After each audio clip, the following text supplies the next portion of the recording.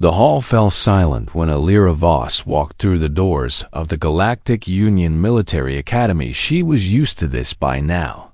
The stares, the whispers, the way alien cadets pressed themselves against walls as if she carried some invisible disease. Lara kept her head high and her pace steady as she moved toward the assembly chamber. She was 19 years old, 5'7", with dark skin weathered by a childhood spent under harsh Australian sun to most species in the galaxy. She looked unremarkable. No claws, no armor plating, no venom glands, just soft skin and flat teeth and eyes that watched everything with quiet patience. The Lani cadets were the worst about staring. They were beautiful creatures, all iridescent feathers and hollow bones built for their gentle homeworld. One of them, a female named Kestrus, clicked her beak in amusement as Alira passed. "Look how it lumbers," Kestrus said to her companions, not bothering to lower her voice. Like a wounded grazer begging for the mercy kill. Alira did not respond. She had learned in her first week that responding only made things worse. The Lani did not understand humans, and they did not want to understand to them. She was an aberration, a creature from a world so hostile that the scientific community was still arguing about whether the classification reports were some kind of elaborate hoax. Earth had been rated Class 12, the highest death world. Rating ever recorded was Class 7, and that world had been quarantined and marked for permanent avoidance when the Union surveyors returned from Earth. 3 of them had required psychological treatment. 1 had refused to ever board a starship again. Alira found her seat in the back of the assembly chamber and waited for the briefing to begin around her. Cadets from dozens of species filled the curved rows of seats. The Torvak dominated the front section, massive reptilian warriors covered in thick scales, each one bred from a long line of hunters. They considered themselves the apex predators of the galaxy, and the Academy did little to discourage this belief. Their homeworld was Class 4, which they referenced constantly as proof of their superior genetics. Alira had read about Class 4 worlds. They had large carnivores and occasional seismic activities. Had those things too, along with hurricanes and tsunamis and volcanoes, and parasites that ate you from the inside, and plants that could kill you if you touched them, and seasons that could freeze you solid or cook you alive, depending on where you stood. Earth had sharks in the water and wolves on land and birds that would attack your eyes and insects that carried diseases responsible for billions of deaths throughout human history. Class 4 was what humans called a nice camping spot. Commander Rethus took the stage. He was the largest Torvik Alira had ever seen. His scales a deep crimson that marked him as high caste. His yellow eyes swept across the assembled cadets and lingered on Alira with obvious contempt. "Today I announce the final examination," Rethus said, his voice rumbling through the chamber. The walk. Murmurs rippled through the crowd. Alira had heard about the walk from other cadets, a solo survival trek across hostile terrain, designed to separate true warriors from those who merely pretended. "Each of you will traverse 200 kilometers of wilderness on the moon of Kethvaros," Rethus continued. "You will carry no weapons and no supplies beyond what you can gather from the land itself." He paused to let this sink in. Kethvaros is a Class 5 death world. The Villani cadets shifted nervously in their seats.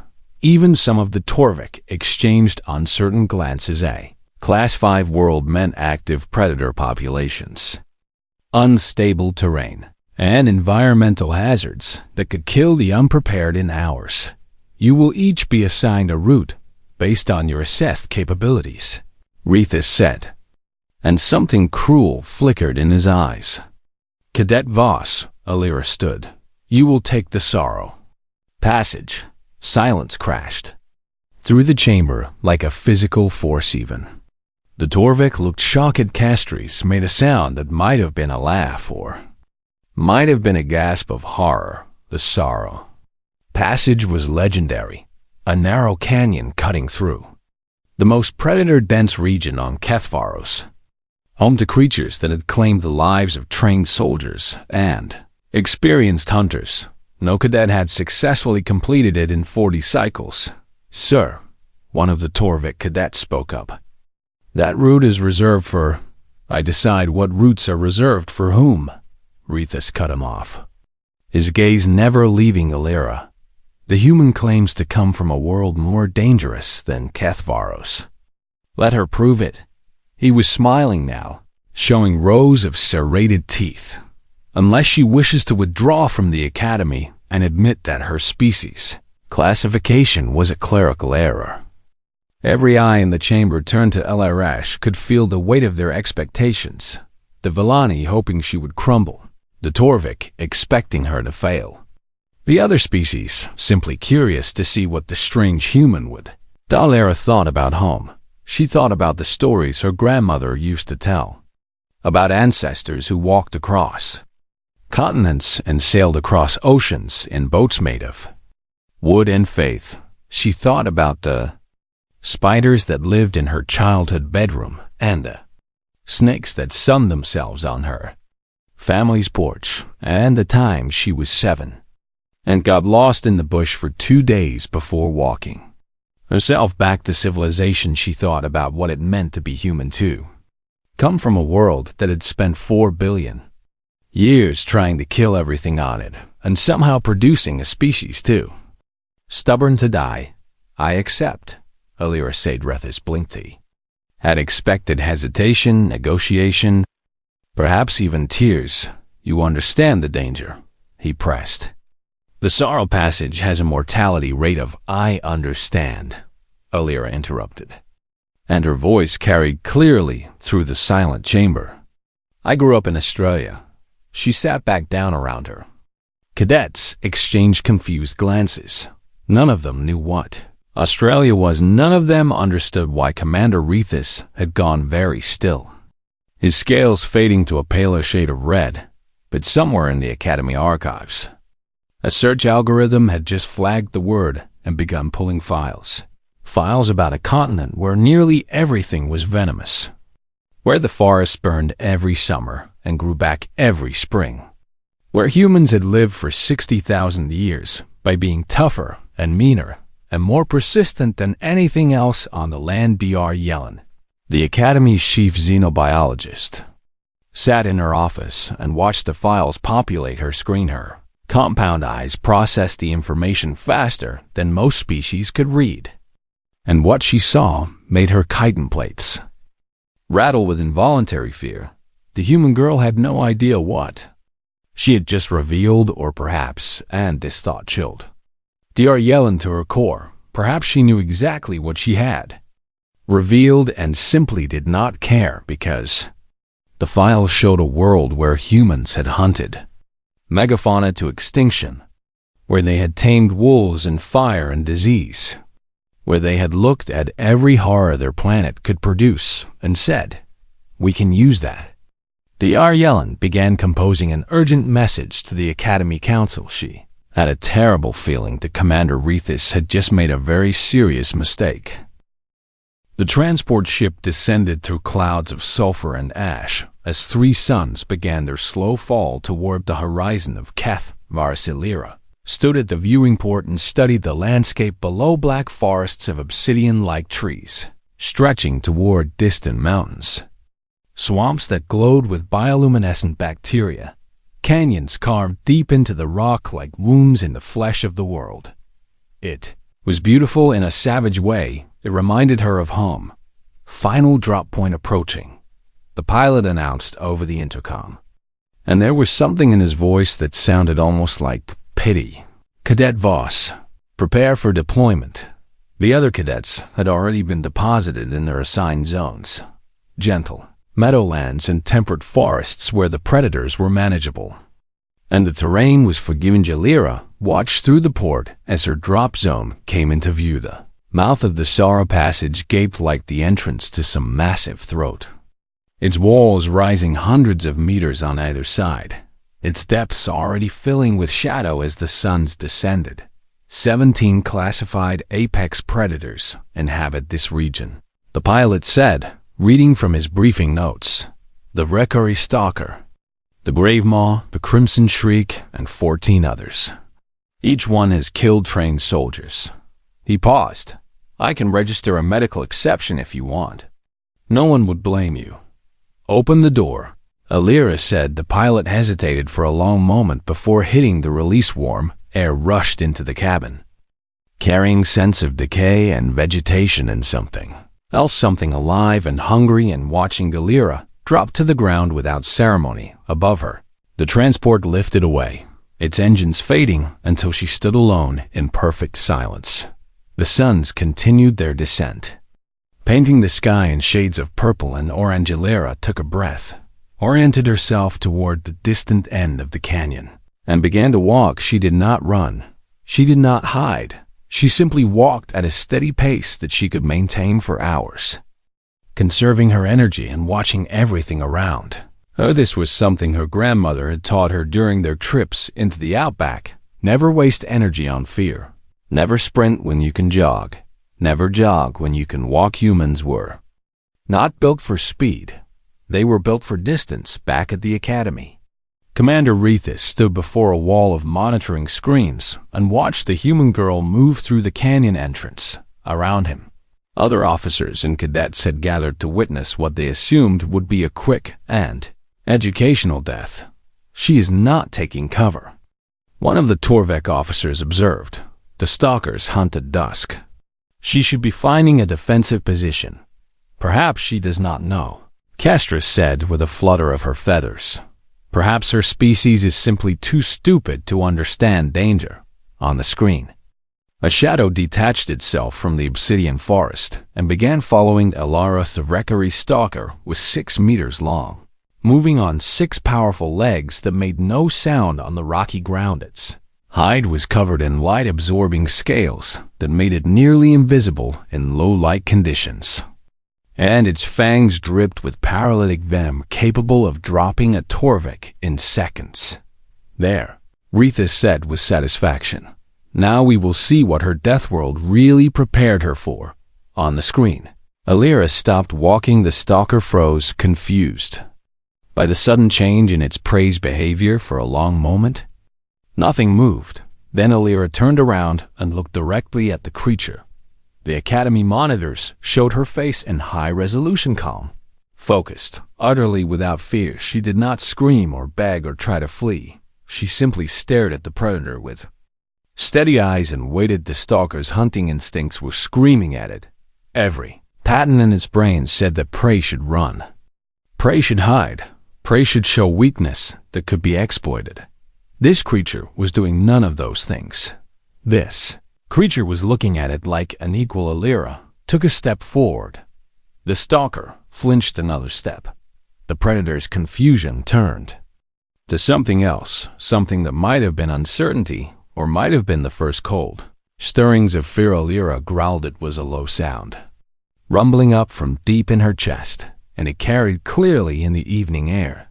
The stalker had heard many sounds in its hunting life: screams of terror, cries of pain, the desperate noises of creatures trying to ward off death. It had never heard anything like this. This was not a sound of fear. This was a warning. The stalker yielded. It did not attack, did not press its advantage, did not test whether this strange creature could back up its threat. It simply turned and melted back into the shadows, abandoning the hunt for the first time in its adult life. In the Academy monitoring room, silence reigned. Commander Rethus stared at the screen with his mouth hanging open. Torvik officers exchanged glances that held no mockery now, only questions. What? Castris finally managed. Was that? No one answered her in her office. Yellen pulled up the file she had been compiling on humanity and found the passage she was looking for. Humans are classified as persistence predators. She read aloud to herself.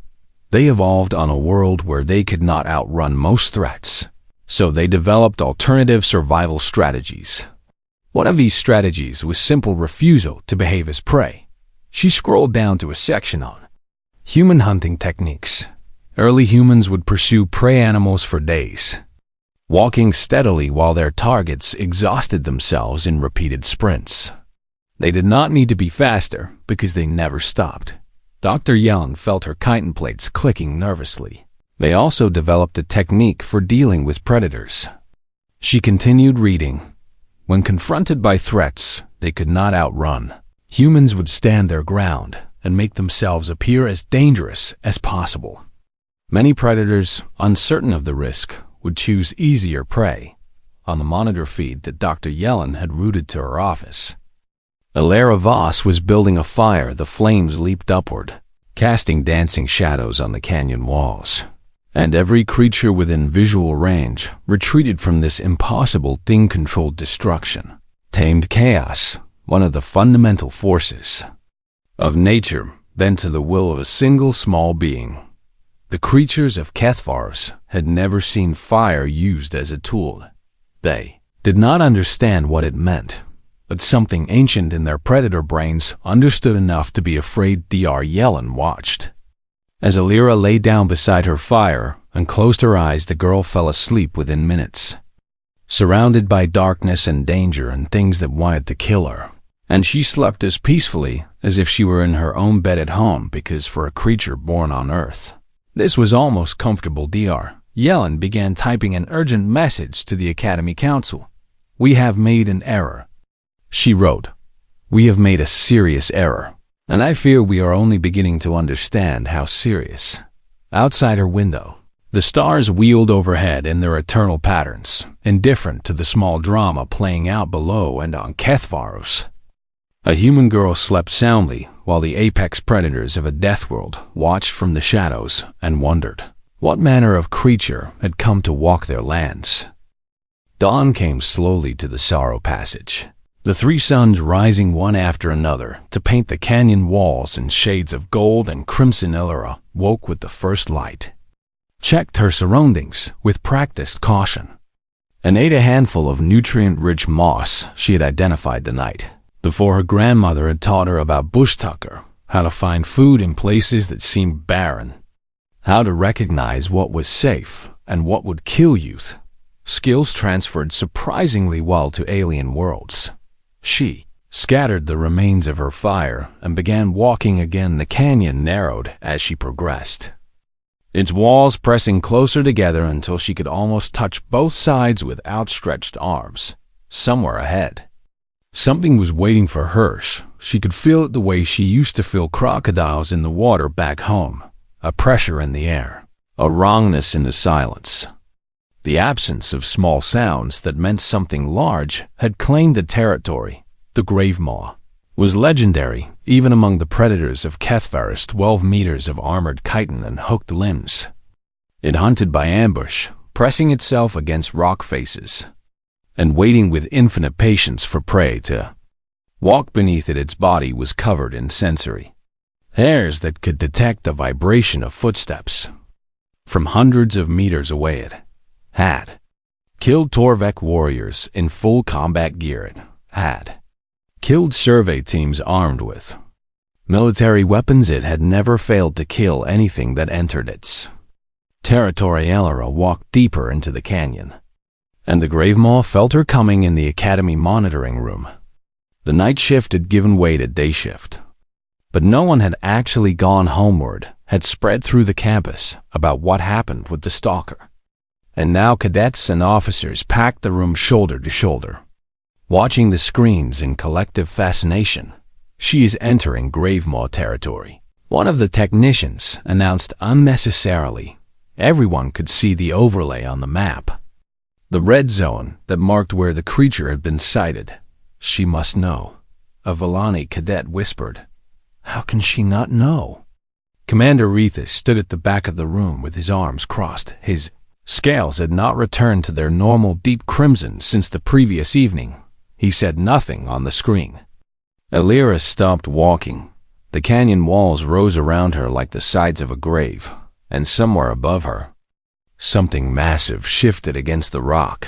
She looked up. The grave maw unfolded. It was like watching a nightmare come to life. Segment after segment of armored body peeling away from the stone, limbs extending with mechanical precision. A head emerging that was nothing but sensory clusters and cutting mandibles. The creature dropped to the canyon floor with a sound like thunder. Blocking the path forward, Completellular did not run. This was not bravery in the way most species understood. Bravery was something older and simpler than that. Her ancestors had learned 10,000 years ago that running from predators was often the worst possible choice. Running triggered the chase instinct. Running made you prey. So Alira did something that the grave maw had never experienced in its long hunting life. She picked up a stone from the canyon floor and began striking it against the wall. The sound echoed off the narrow walls, amplified by the canyon's acoustics. Saris, Kai the grave maw hesitated. Its sensory hairs were receiving information that did not match any pattern in its predator brain. Prey did not make noise. Prey tried to be silent, to hide, to escape notice. This creature was announcing its presence as loudly as possibly. Lara began walking forward, still striking the stone against the wall with each step, creating a steady rhythm that filled the canyon with sounds.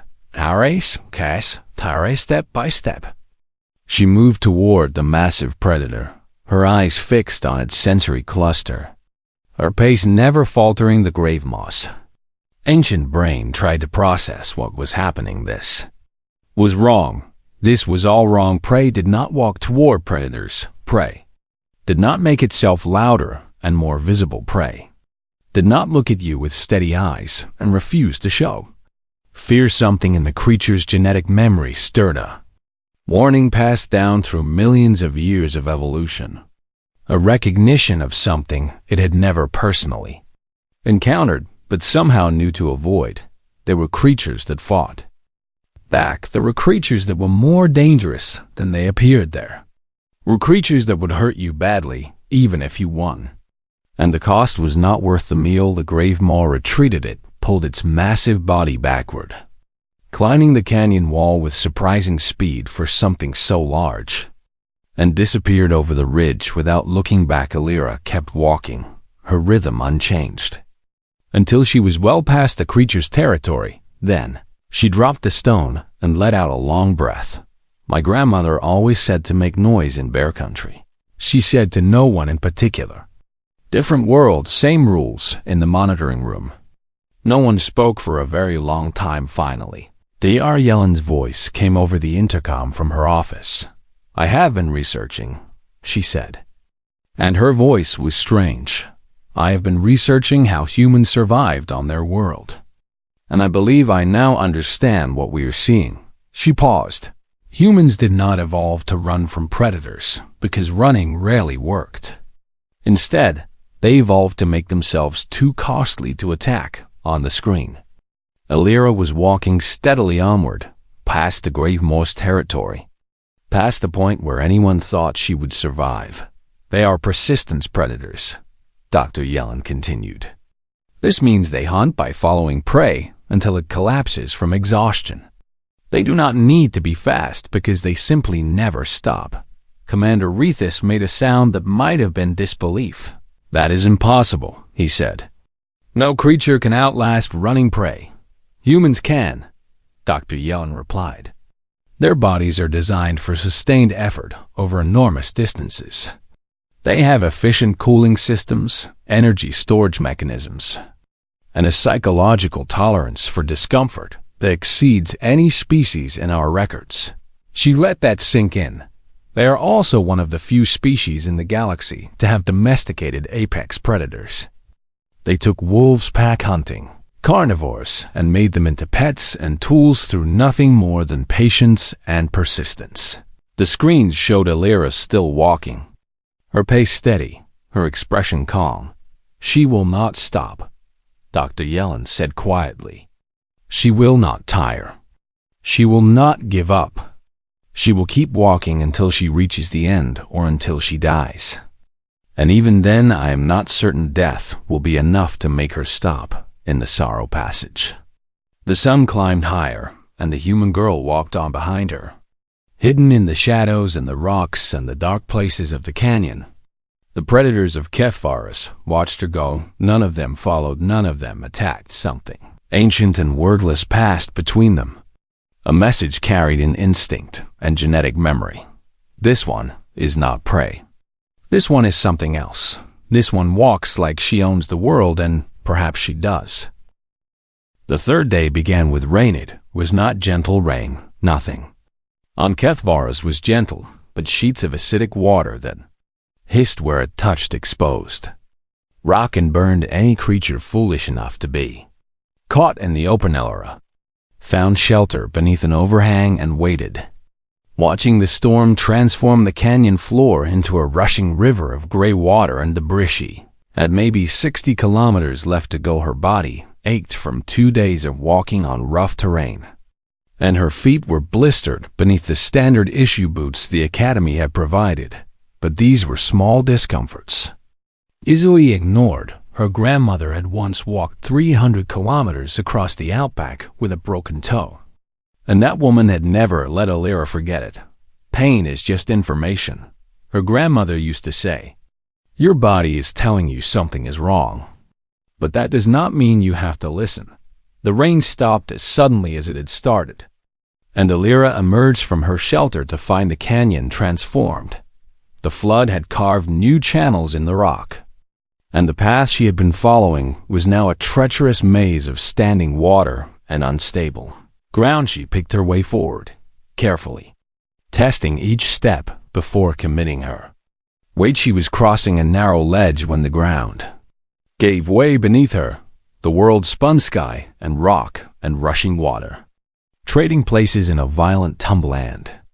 Then she hit the bottom of a crevasse with an impact that drove all the air from her lungs. Pain exploded through her chest, not the dull ache of bruises or the sharp sting of cuts, but the deep grinding agony of broken bones. Elira lay still for a long moment, taking inventory of her body the way her survival training had taught her. 2 ribs, maybe 3, on her left side, possibly cracked, possibly fully broken. Breathing hurt, moving hurt, everything hurt. She reached for the emergency beacon on her belt. It would be so easy to press the button. A transport would arrive within the hour, and she would be taken to the Academy Medical Bay, where alien doctors would fix her broken bones and tell her that she had done her best. No one would blame her. She was already a legend for making it this far. Her fingers touched the beacon, traced its smooth surface, found the activation switch. She thought about Commander Rethus and his smug certainty that she would fail. She thought about Kestris and the Villani cadets who had mocked her clumsy human body. She thought about every alien who had ever looked at her and seen something weak, something fragile, something that did not belong among the stars. She thought about her grandmother, who had walked 300 kilometers on a broken toe, because there was no other way home. Elira took her hand off the beacon. She pulled herself upright against the crevasse wall, gasping at the pain that shot through her chest, and looked around for something she could use. The walls were covered in tough fibrous vines that the locals called ironweed. Elira tore strips of it loose with shaking hands and began binding her torso, wrapping the vines tight around her ribs to limit their movement. It was crude and it hurt terribly, but it would hold things in place well enough to keep walking. She climbed out of the crevasse, one agonizing handhold at a time. Every movement sent fire through her chest, but she kept moving anyway, because stopping was not an option, had never been an option, would never be an option for as long as she drew breath. She reached the top and lay there for a moment, staring up at the alien sky, letting the pain wash over her and through her and out the other side. Then she stood up and started walking again in the Academy monitoring room. The gathered watchers had gone very quiet. They had seen the fall. They had seen her reach for the beacon. They had seen her pull her hand away and start binding her own broken ribs with nothing but plants and determination. She should not be able to move, one of the Torvik medical officers said, his voice hushed. Broken ribs are debilitating injuries. The pain alone should render her mobile. Humans have extremely high pain tolerance, Dr. Yellen replied from the intercom. Their species evolved in an environment where injuries were common and giving up meant death. They developed the ability to continue functioning through damage that would incapacitate other species. She pulled up a file on the main screen. This is a human medical phenomenon called hysterical strength, she said. Under stress, humans can temporarily override their body's normal limitations, allowing them to perform feats that should be physically impossible. The screen showed documented cases, humans lifting vehicles off trapped children, humans walking for miles with injuries that should have killed them, humans fighting off predators with their bare hands and winning through sheer refusal to die. They also heal remarkably quickly, Dr. Yellen continued. Damage that would permanently disable most species can be fully recovered from in a matter of weeks. Their bodies are designed to be broken and rebuilt, over and over, indefinitely. Commander Rethus watched the screen where Alira was still walking.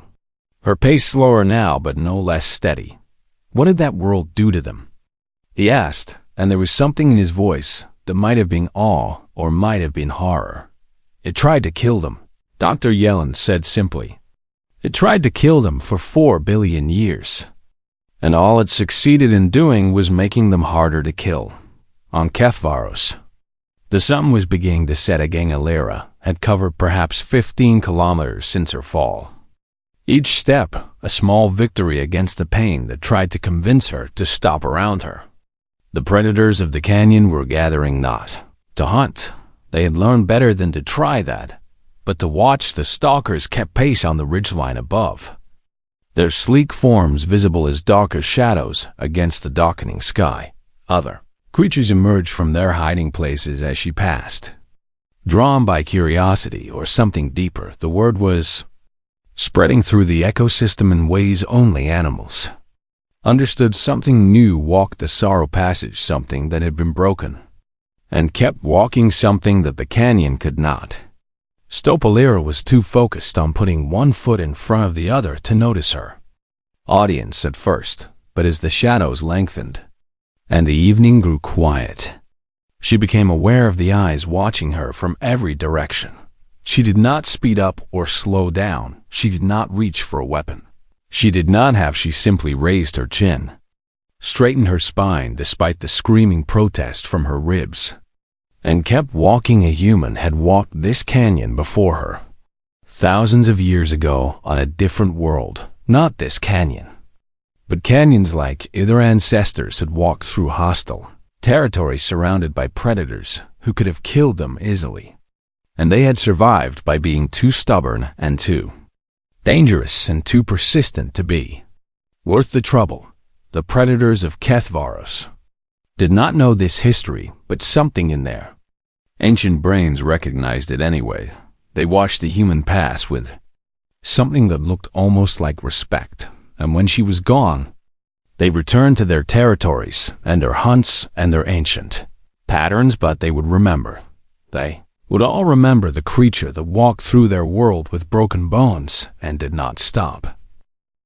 The extraction point was a flat plateau at the far end of the Sorrow Passage, marked by a beacon that pulsed soft blue light into the pre-dawn darkness. Alira saw it from 2 kilometers away and felt something shift in her chest that had nothing to do with her broken ribs. She was going to make it 3 days of walking through a Class 5 death world, past apex predators that had killed trained soldiers, with injuries that should have stopped her cold, and she was going to make it. The last stretch of the canyon opened up before her, walls falling away to reveal a wide valley carpeted in bioluminescent moss that glowed softly in shades of green and purple. It was beautiful. Era barely noticed her world had narrowed to a simple rhythm. Left foot, right foot, breathe through the pain.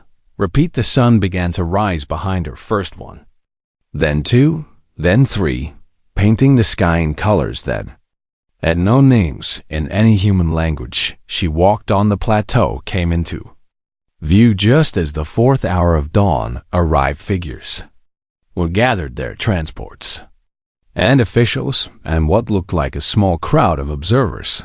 Alira did not speed up. She had been walking at the same pace for nearly 70 hours now, and she was not going to change it for the final few hundred meters behind her.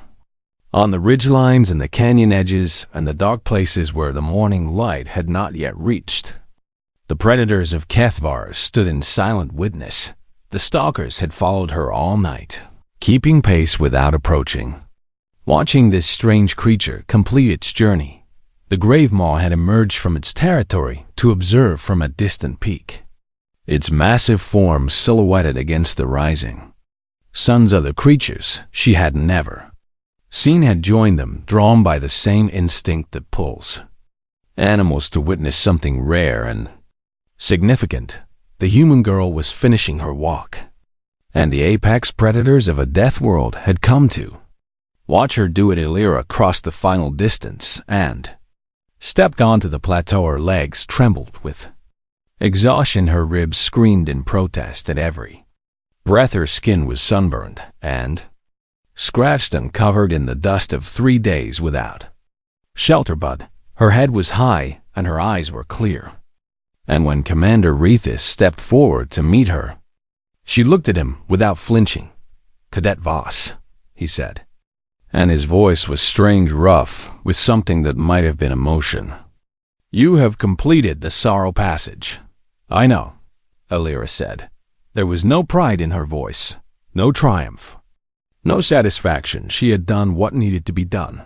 That was all. The other cadets who had finished their routes stood in a loose cluster nearby. Their paths had been easier, their challenges less severe. And yet, many of them had failed anyway. Beacons activated, transports called. Admissions of defeat recorded in the official log. Skestris was among the survivors. Her bright feathers dulled with exhaustion. She stared at Alira with an expression that held no mockery now, only a kind of bewildered wonder. The Torvik cadets had fared better than most, but even they looked haggard and worn. They watched Alira with eyes that held something new, not quite fear, but a recognition that perhaps they were not the apex predators they had always believed themselves to be. Commander Rethus drew himself up to his full height and addressed the assembled crowd. "In 40 cycles," he said, his voice carrying across the plateau, "no cadet has completed the Sorrow Passage successfully. It was considered an impossible route, reserved for those we wished to humiliate or eliminate." He paused. "I assigned it to Cadet Voss because I believed her world's classification was an error. I believed that no creature from a planet rated Class 12 could possibly be as dangerous as the report suggested." He turned to look at Alira directly. "I was wrong." He bowed a deep formal bow that the Torvik reserved for those who had proven themselves beyond any possible doubt. "Cadet Voss has demonstrated capabilities that exceed anything in our training records," Rethus continued. "She faced 17 apex predators and made every one of them yield. She survived injuries that would have ended the walk for any other species. She walked through the most dangerous terrain on Kethvaros as if it were a garden path." Dr. Yellen stepped forward from the crowd, her compound eyes bright with scientific excitement. "The Academy Council has reviewed the footage from Cadet Voss's walk," she announced. "Based on this evidence, we are issuing new guidelines for human cadet training." She paused to let the anticipation build. "Effective immediately. Human cadets will no longer be permitted to take their final examinations on Class 5 worlds." Murmurs rippled through the crowd. Was this a punishment of some kind? A restriction? "This is not due to concerns about human safety," Dr. Yellen clarified. "It is because testing humans against Class 5 predators is unfair to the predators."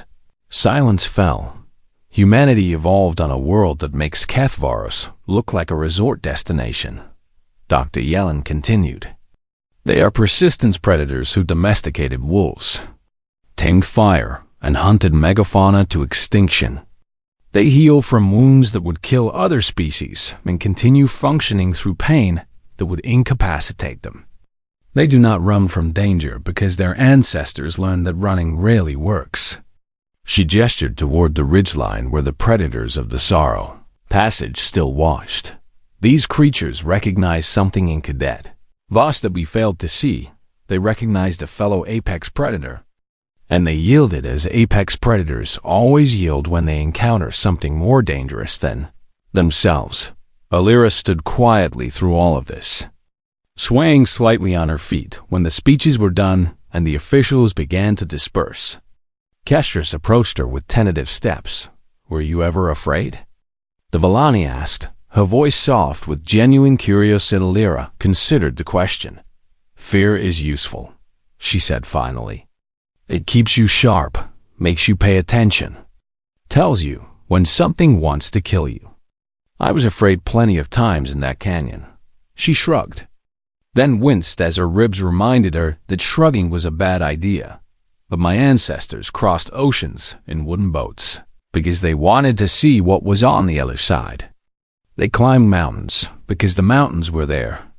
They walked out of an ice age that killed most of the large animals on our planet and somehow kept going. She looked at Kestris with tired eyes.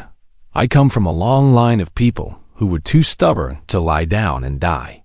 Fear was never going to stop me. Nothing was going to stop me." Later, as the medical transport carried her back to the academy for treatment, Alira looked down at Kethvaros through the viewing port. The Sorrow Passage was a dark scar in the landscape below. Beautiful and deadly, and no longer mysterious, she thought about home, about Australia and its venomous everything, about Earth and its endless capacity for destruction, about the billions of humans who went about their daily lives on a world that was constantly trying to kill them. They had no idea how remarkable they were. They thought Deathworlds were just where you lived, just the normal background radiation of existence somewhere in the galaxy. Dr. Yellen was filing her final report on the events of the past 3 days. It would be studied in academies and research facilities for centuries to come. Referenced in discussions about human psychology and xenobiology and the nature of persistence, the report concluded with a simple observation that would become famous throughout known space. Humanity originates from a world so hostile that survival required becoming the most persistent, adaptable, and relentless species we have ever encountered. They are not fragile, they are forged. They do not endure hardship, they transform it into strength, and in the margins, a handwritten note from Dr. Yellen herself. "Do not give them a reason to walk toward you," in her transport, drifting between consciousness and exhausted sleep. Alira smiled. She was already thinking about what came next, about the officers who would take her seriously now, about the missions she would be assigned, about all the impossible things she would be asked to do. She would do them all. She was human. She would walk until she reached the end. And then she would find a new destination and keep walking. That was what her species did. That was what her species had always done.